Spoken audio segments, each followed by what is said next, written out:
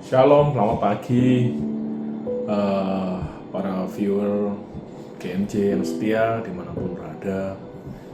Pagi hari ini sebelum kita memulai segala aktivitas, mari kita memulai hari ini dengan mendengarkan kebenaran firman Tuhan. Supaya apa?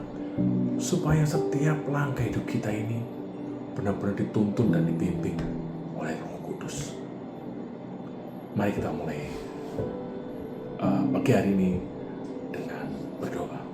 Dalam nama Bapa dan Putra dan Roh Kudus. Amin. Kami mengucap syukur padamu ya Tuhan atas berkat yang boleh kami terima. Apa yang boleh kami nikmati hari ini Tuhan, lebih dari seharusnya yang layak kami terima. Semua yang kami nikmati, semua yang ada dalam yang Tuhan percayakan bagi kami, ini semua karena belas kasih Tuhan, bukan lagi dari usaha kami. Tuhan terima kasih kalau semalam kami boleh tidur dengan nyenyak, kami boleh bangun dengan badan yang segar dan sehat pagi hari ini. Kami rindu, ya Allah Roh Kudus, Engkau berbicara ke dalam hati kami melalui firman yang akan kami renungkan pagi hari ini. Berajarlah ya Allah Roh Kudus, tuntunlah setiap hati kami, sehingga setiap langkah yang kami lalui sesuai dengan apa yang Tuhan rencanakan dalam hidup kami. Terima kasih Tuhan Yesus. Haleluya. Amin. Demi Bapa dan Putra dan Roh Kudus. Amin. Teman-teman yang terkasih, bacaan hari ini diambil dari kitab Yesaya 49 ayat 1 sampai 6. Teman-teman bisa baca sendiri ayatnya. Ketika saya dikasih tugas untuk membawakan renungan hari ini, saya membacanya dan saya tertarik, sangat tersentuh dengan bacaan dari kitab Yesaya ini. Di sini dikatakan bahwa Allah ini sudah merencanakan hidup kita sejak dari dalam kandungan. Tuhan itu punya rencana yang pasti dalam hidup kita. Permasalahannya, kita tahu enggak gitu, rencana Tuhan dalam hidup kita ini apa sih sebenarnya? Kita paham enggak? Atau mungkin kita punya rencana sendiri dalam hidup ini. Tuhan, aku ini punya rencana sendiri Tuhan. Aku enggak, aku maunya A, B, C, D, E Tuhan gitu. Teman-teman yang terkasih, dalam hidup ini seringkali kita ini dihadapkan dengan hal-hal yang tidak pasti, ya toh. Tidak ada satupun dari kita yang bisa mengetahui secara pasti tentang apa yang akan terjadi di masa depan. Tidak ada yang bisa satupun besok kita mengalami apa, atau nanti 1 jam lagi kita mengalami apa, nggak ada yang tahu. Tapi satu hal yang jelas, apa yang kita lakukan ini akan berdampak pada masa depan kita. Ya, saya punya 2 anak kan. Saya dari awal ini sudah merencanakan sama istri saya bilang, oh nanti anak kita ini kita sekolahkan di sekolah ini ya, nanti sampai lulus SMA kita doakan, kita mau kirim dia ke luar negeri gitu. Nah, kita punya rencana, sebagai orang tua ini kita punya rencana gitu. Tetapi sebagai anak-anak Tuhan, saya dan istri ini bertanya sama Tuhan, Tuhan, apakah rencana yang saya bikin untuk anak saya ini sesuai enggak sama yang Tuhan rencanakan untuk anak-anak saya? Kenapa saya perlu tanya? Karena itu tadi loh, manusia ini seringkali dihadapkan dengan situasi yang tidak pasti. Ya toh? Jadi contoh sekarang ini, semua orang bingung, dolar naik, IHSG naik turun kayak kebakaran, kayak roller coaster gitu.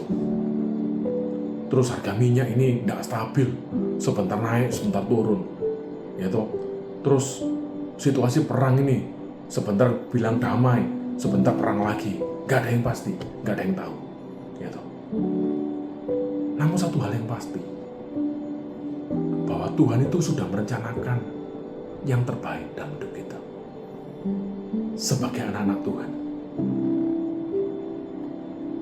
kita perlu mengikuti, kita perlu mengetahui, dan kita perlu menjalankan apa yang jadi rencana Tuhan dalam hidup kita.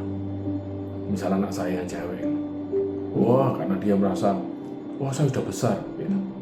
Dia bilang, merasa misalnya dia, papi, saya tidak mau kuliah, gitu.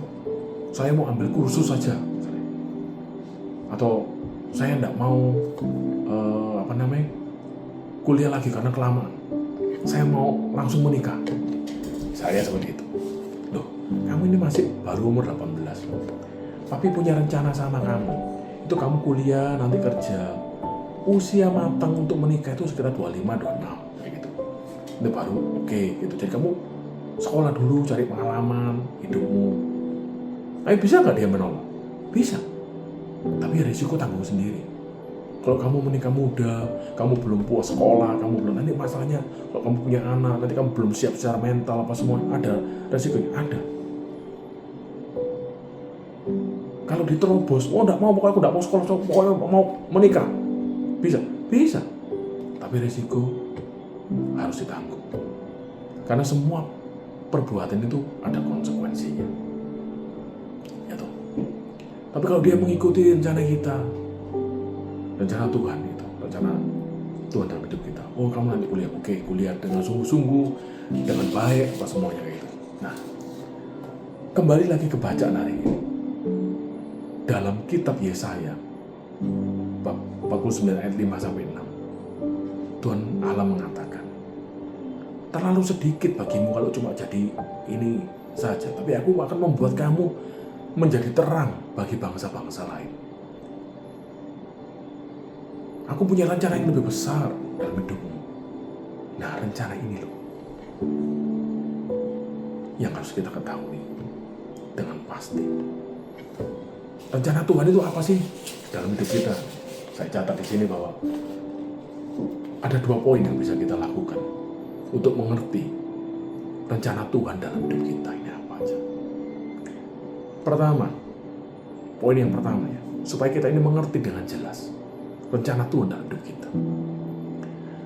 Baca firman Tuhan secara rutin setiap hari sampai menjadi kebiasaan dalam hidup kita. Kita ngerti, tidak ngerti, baca terus.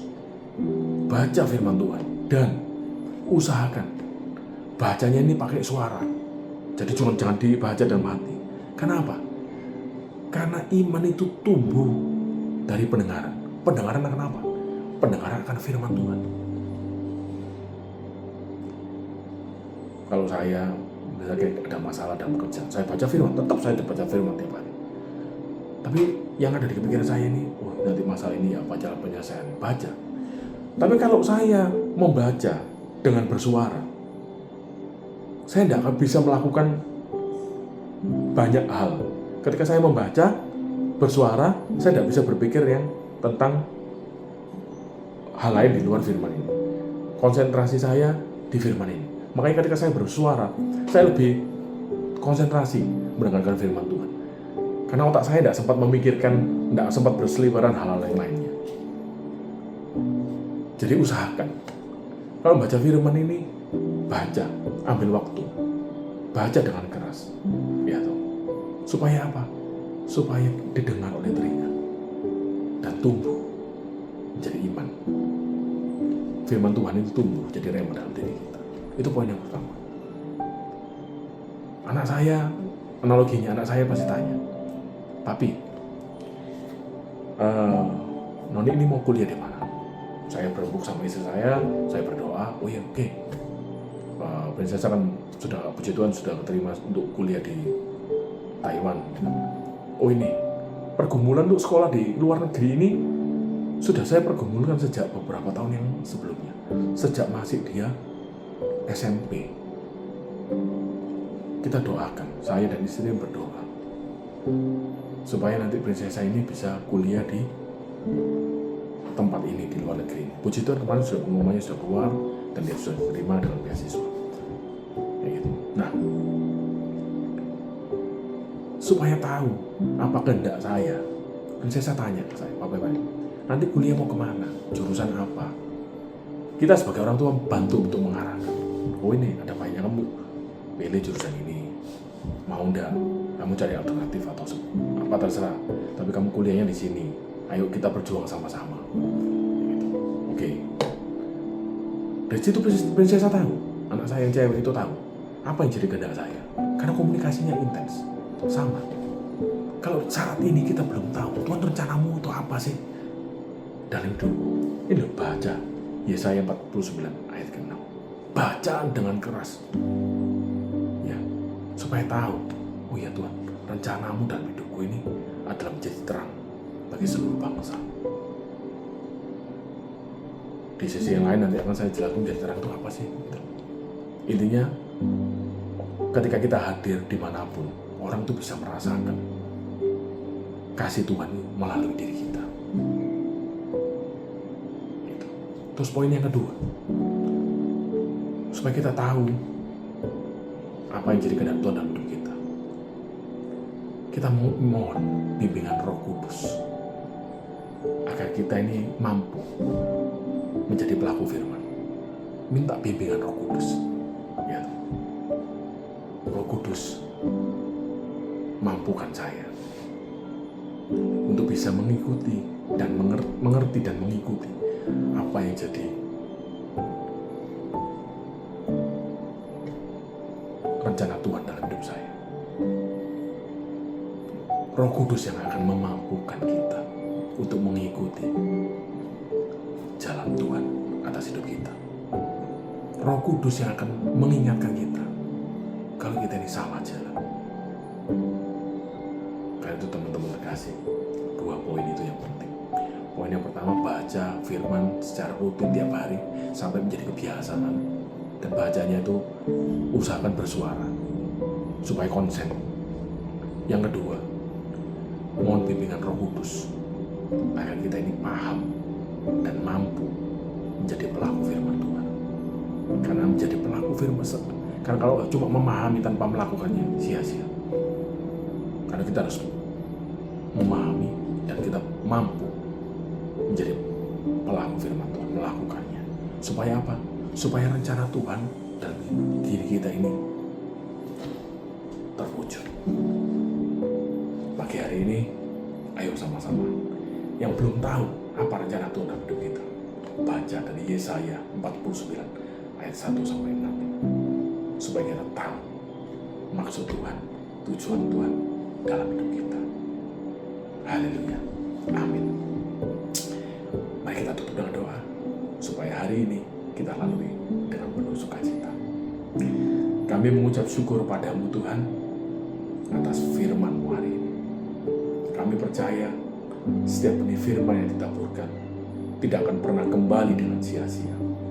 Kami percaya Tuhan, Engkau sendiri yang akan menuntun kami sehingga kami mampu menjadi pelaku firman, agar apa yang Tuhan rencanakan dalam hidup kami digenapi. Pagi hari ini, izinkan kami melangkah melalui setiap hari-hari dalam hidup kami dengan tuntunan Roh Kudus-Mu, sehingga setiap langkah kami berkenan di hadapan. Terima kasih Tuhan Yesus, terima kasih Bunda Maria. Haleluya. Amin. Dengan Bapa dan Putra dan Roh Kudus. Amin. Selamat pagi, selamat beraktivitas.